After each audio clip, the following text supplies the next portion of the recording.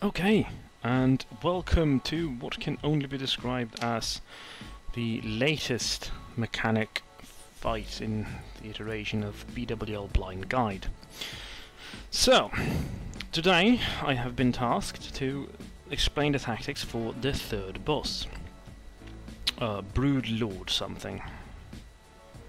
And, well, quite not sure what it's called, but I've also been tasked with the task of making sure that I explain the fights ahead of it, with all the whelps and dragons, but we'll get into that in a minute. So by now you should have seen the other guides. Oh my god, it's a cat. The other guides, and I can't see anything, there's a cat. We'll just go over the first two bosses. The ads, or well I should say the trash, I have not given much attention to so far, but that's about to change. So with that in mind, let's get into it. So, when you start off, to get to the boss itself, you are going to have to go through this. Now, what's going to happen here is that you are going to enter from down here. And all in this area, there's going to be whelps. I have a whelp. It's my whelp. So, with the help of... Oh god, this is going all wrong. Yeah. Oh no, that's... Oh no, my whelp! Stop! Okay, let's make another one of those. There you go, the whelp. This entire region is going to be full of whelps. So, what you want to do is... You want to have rogues... Right, let's get back. So, these pillars are traps, and they will slow you down by like 90%, which means you're gonna be moving the raid through this gauntlet quite slowly.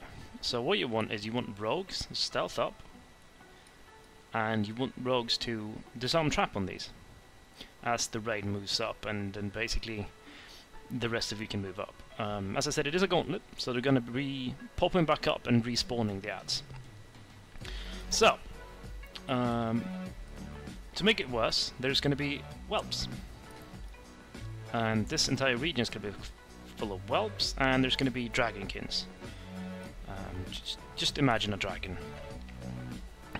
So you clear through it, you get up, and then you reach this position up here. And that's a staircase. There's also a trap further in there, but for now, let's leave that, shall we? And let's go up to the actual boss fight. Ta-da! So, the reason why there's room down here is because this boss fight is... Oh god, no. Is in itself quite amazing.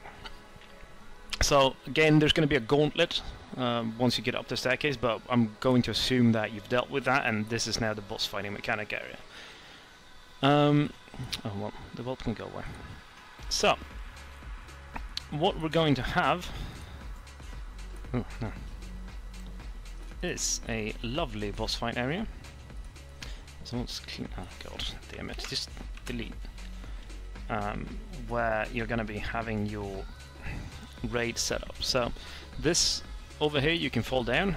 So don't do that. That's bad. But we're going to have the boss fight. Let me throw in the boss as well. There you go. So this is the boss. Oh god, he looks terrifying. Oh, what happened to his eye? Ugh, I need to do that, hang on. Oh, slightly better. So, the boss fight will consist of this guy. Broodlord Stabby in my face. And, to be honest, I don't recall a lot about these fights. But, we'll see how it goes. So, you have Broodlord Stabby face. And what you want is the raid spread out in a nice area somewhere around here. Below him, right? Because there's a gate here, but yeah. So, when you have the raid spread out here, what you want, if I recall correctly, is a paladin. I think he charges. I don't know. But it looks like he might, because he's got a spear, right? And spear guys tend to charge. I'm also assuming you want the tank sort of up here. He probably cleaves. But for the sake of, let's assume he charges. So you want someone to stand like over here, probably, like a paladin, or a hunter, or a mage, I don't know. And yeah, I think he cleaves, so tanks be ready to cleave. He probably has a mortal strike. You do want to swap when that happens, swap tanks. I mean, just keep the healers up. There's not going to be any ads unless you fuck up and run into the whelps that are over here. So don't do that. Don't do that. This is going to be whelp territory. Whelp territory bad. I mean, yeah, so when he charges, this person is probably going to die or get knocked away. I don't know. There might also be bleed effects. There's a lot of buts and ifs and whatnot in this fight. Anyway, let's focus on what we do know here, okay? So let's clean all of that up, and let's assume we're now fighting him. So let me actually drag him to the middle. Like so. There you go. And then we do... Yes, cat. I don't know if you can hear that, but that's my cat in the background. So the fight itself is simple. You have the tanks over here. I suggest bringing 2 or more, preferably 2. You want basically the melee all around here, and the healers further back. Obviously not down the platform, that would be ludicrous. But, and you probably want someone over here to soak the charge. And the fight is simple. Just oh god. Or you can also use someone over here, I don't know. Whatever works for your group, I suppose. So you want the melee spread out over here.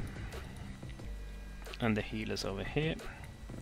Healers range, it's just like tank and spang fight for you guys. Yeah, that's all I remember. Oh my god, it's a smiley. Again, if you have any questions or comments, do post them down below, and I'll try to correct you, or correct myself. There was no comments on the last video, so I assume it was 100% correct.